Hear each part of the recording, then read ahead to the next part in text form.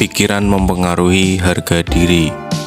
Dalam buku Mengapa Manusia Sakit dan Mengapa Tidak Bisa Diobati, Dr. Caroline Myss menulis, penghargaan terhadap diri sendiri kadangkala menjadi penyebab utama kesengsaraan atau kebahagiaan seseorang. Sebab penghargaan terhadap diri sendiri berhubungan dengan perasaan. Apakah ia menerima dan menghargai diri sendiri atau tidak? Selain itu, Dr. Nathan Brandon, pakar psikoanalitik dan spesialis terapi penghargaan terhadap diri sendiri mengatakan, penghargaan terhadap diri sendiri yang lemah adalah faktor utama di balik masalah kecanduan dan sebagian besar perilaku negatif. Perasaan kurang menghargai diri sendiri lahir karena beberapa sebab. Sebab paling berbahaya adalah tidak merasakan cinta dan kasih sayang dari orang-orang di sekitarnya. Ketika sudah merasa tidak dicintai, seseorang akan kehilangan keseimbangan mental. Selanjutnya, ia mencari sesuatu yang lain sebagai pengganti cinta yang hilang itu.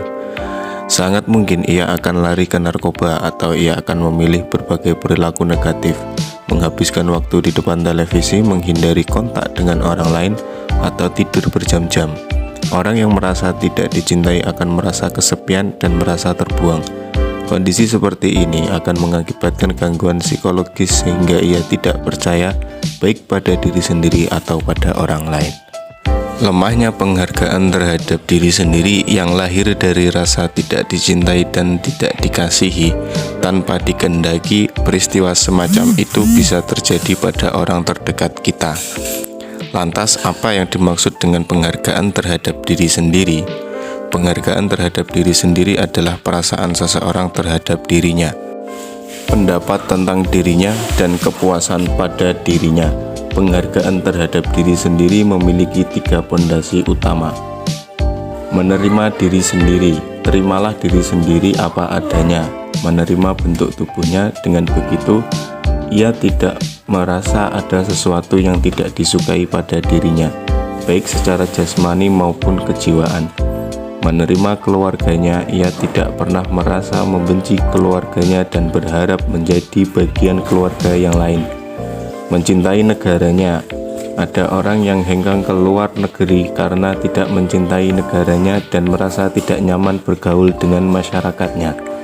Penyebabnya bisa jadi budaya dunia luar dan perilaku mereka yang membuatnya merasa nyaman.